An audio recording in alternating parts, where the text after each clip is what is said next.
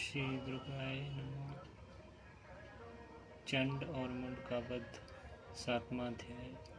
मैं मातंगी देवी का ध्यान करता हूँ। बेरत्न में सिंहासन पर बैठकर पढ़ते हुए तोते का मधुर शब्द सुन रही हैं। उनके शरीर का वर्ण श्याम है। वे अपना एक पैर कमल पर रखे हुए हैं और मस्तक पर अर्धचंद्र धारण करती हैं और कलहार पुष्पों की माला धारण किए बीड़ा बजाती हैं। उनके अंगों में कसी हुई चोली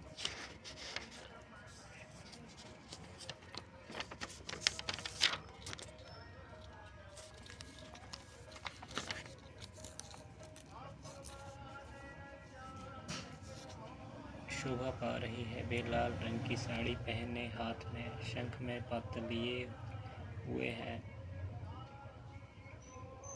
उनके बदन पर मधु का हल्का हल्का प्रभाव जान पड़ता है और ललाट में बिंदी शोभा दे रही है।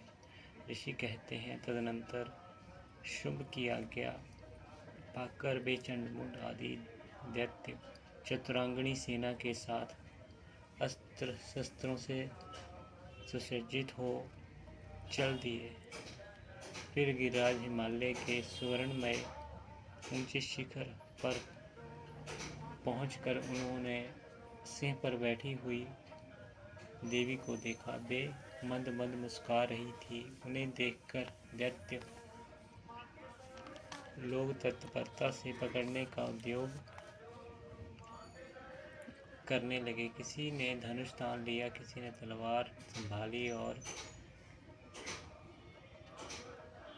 कुछ लोग देवी के पास आकर खड़े हो गए। तब अंबिका ने उन शत्रुओं के प्रति बड़ा क्रोध किया। उस समय क्रोध के कारण उनका मुख काला पड़ गया, ललाट में भौहें टेढ़ी हो गई और वहां से तुरंत विकराल मुखी काली प्रकट हुई, जो तलवार और पाश लिए हुए थी। वे विचित्र खटवांग धारण किए और चीते के चर्म की साड़ी पहने नर मुंडों की माला से विभूषित थी। उनके शरीर का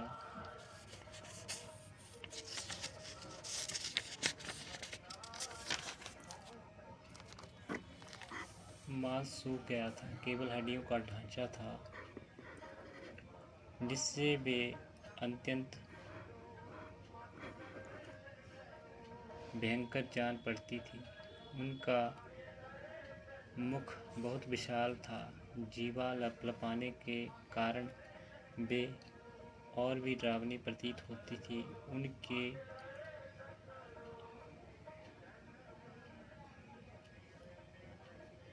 आंखें भीतर को धसी हुई और कुछ लाल थी। वे अपनी भयंकर गर्जना से संपूर्ण दिशाओं को गुंजा रही थी। बड़े बड़े दैत्यों का वध करती हुई वे कालिका देवी बड़े बड़े दैत्यों की उस सेना पर टूट पड़ी और उन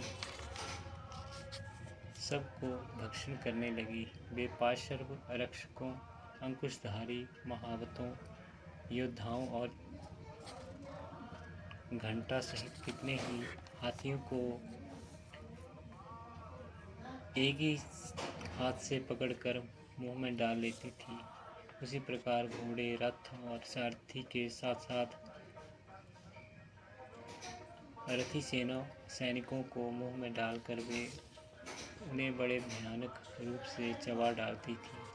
किसी के बाल पकड़ लेती, किसी का गला दबा देती, किसी को पैरों से कुचल डालती और किसी को छाती के धक्के से गिराकर मार डालती थी।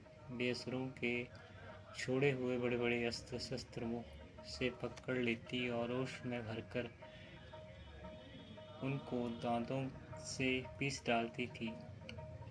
काली ने बलवान एवं दुरात्मा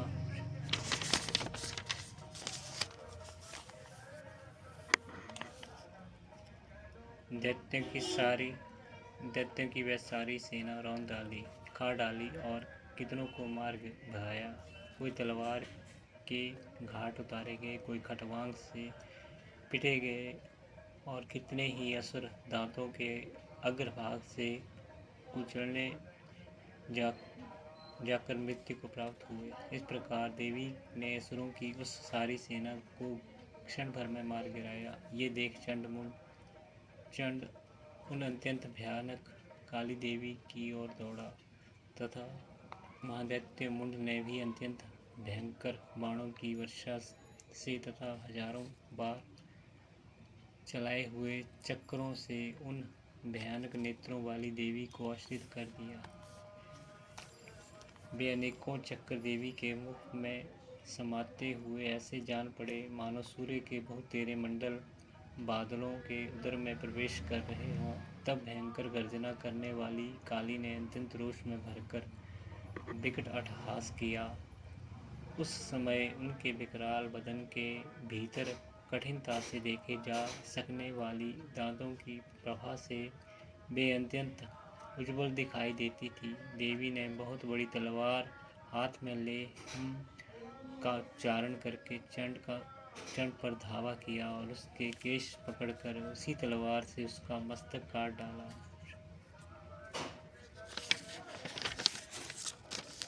चंड को मारा गया देखकर मुंड भी देवी की ओर दौड़ा।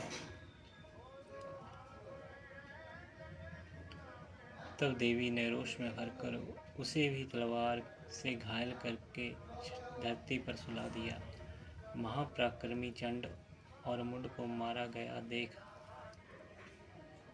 मरने से बची हुई बाकी सेना भय से व्याकुल हो चारों ओर भाग गई। तदनंतर काली ने चंड और मुंड का मस्तक हाथ में ले चंडिका के पास जाकर प्रचंड अट्टहास करते हुए कहा, देवी, मैंने चंड और मुंड नामक इन दो महापशुओं को तुम्हें भेंट किया है।